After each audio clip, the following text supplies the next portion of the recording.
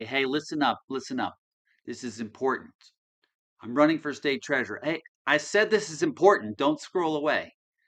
All right, thanks. I'm Rep. Brianna Tatone. You may know me as from my first in the nation right to repair bill, my AI anti-discrimination legislation. You may think that the treasurer is not an office you perceive to have much power, but it can. Aside from the many ideas I have setting up student loan repayment programs for Colorado residents to lower your monthly payments and use technology to get your unclaimed property back to you, there can be a tremendous amount of power if it's used in the proper way. In fact, every single office we elect from this moment on needs to be filled with courageous public servants willing to do whatever it takes to fight back the federal bullies in the Trump administration. And if you're like me, you're tired of the status quo. Politicians promising you all kinds of things to make it seem like the people are winning. But sometimes they're just continuing to get favors for the next election cycle.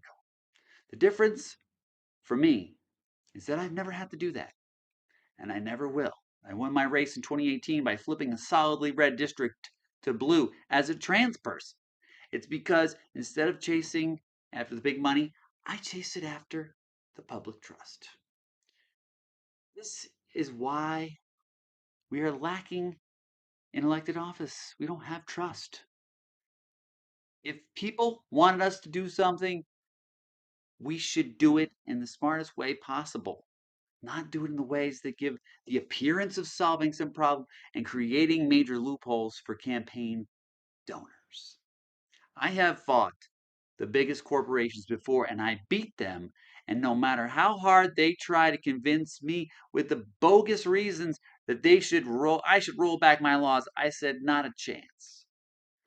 And I've been fighting the AI developers for the last 3 years, and it's not getting any easier.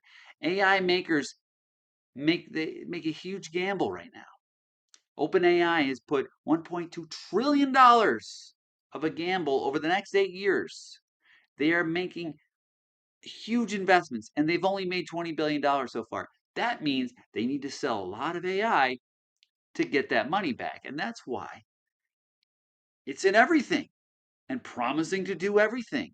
And they don't want any regulations because they know that they are making bad AI products that they won't deliver and they don't want to be accountable. They can't wait to perfect these things because they've already committed to $1.2 trillion, which is, ready for this, the same amount of money that was in the last congressional spending package. $1.2 trillion. That's how much that was. That's how much they invested. Let that sink in. One company is spending the equivalent amount of the US budget for a year in AI and data centers to make crappy AI that works some of the time. This is why you need to elect public servants and put them in office. You need people who are willing to tell you what's up, what's really happening. Look, they will try to convince you that we should actually give state money to prop up the AI industry, to build data centers, which will result in higher utility prices and use up precious water. But they will say that we should not regulate AI from making consequential decisions that could result in discrimination and you not getting a job or a loan or insurance or getting to school or a medical decision. They will tell you it's because businesses will lose money and may not be able to innovate. And they'll scoff at you when you say that you're concerned with the way that they're paying for all these AI investments through loans to each other, which is very reminiscent of the mortgage-backed security scandal, which basically, crashed the U.S. economy and required a bailout.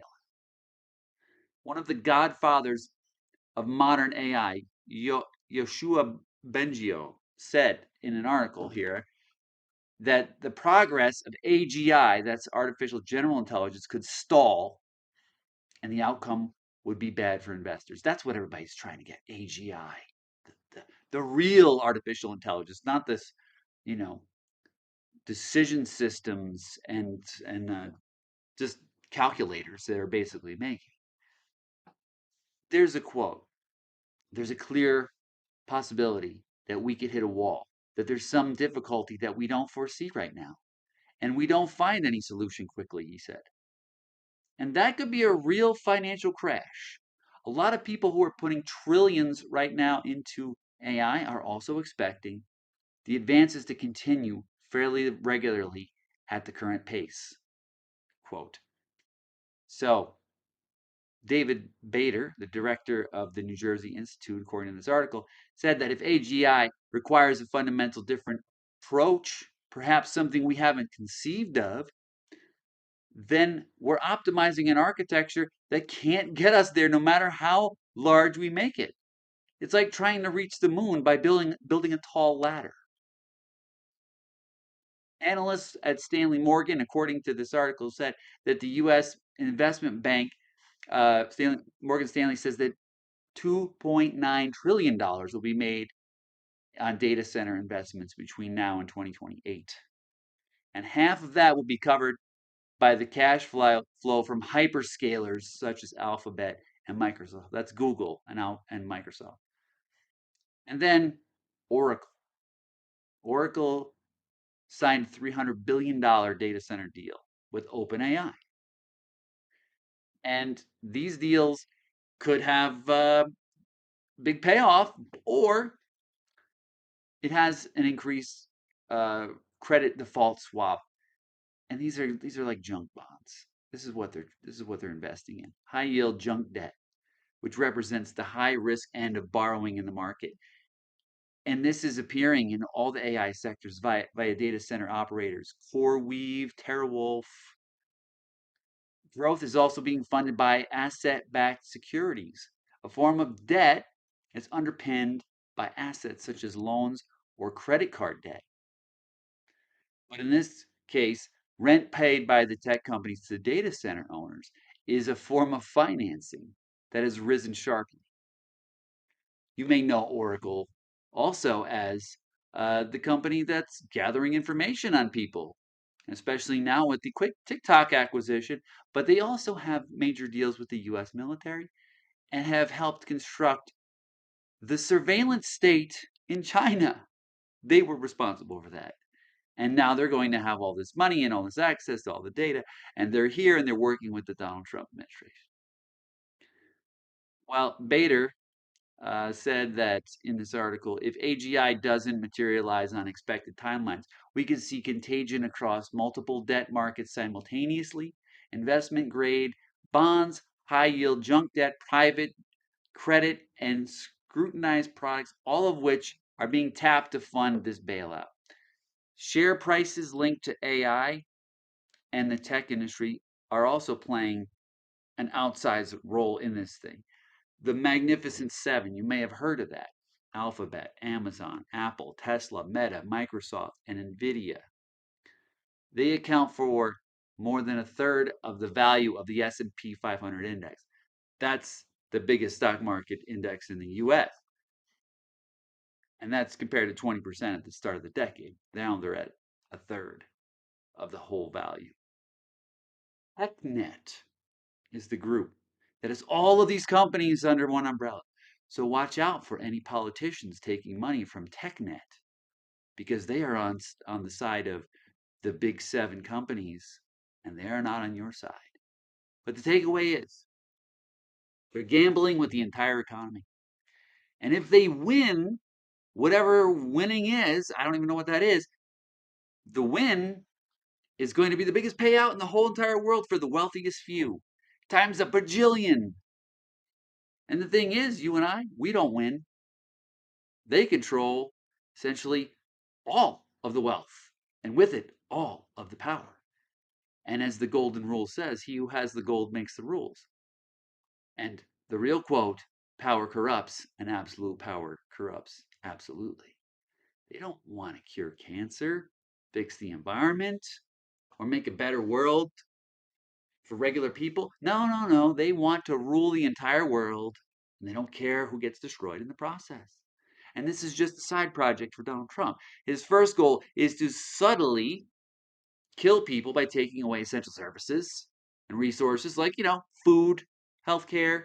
He wants to drive people into such anger and outrage that people take it out into the streets. And we've seen a preview of what happens when they put reckless federal goons on the street who have no training, uh, they make huge dumb mistakes and they shoot and kill people and they murder them.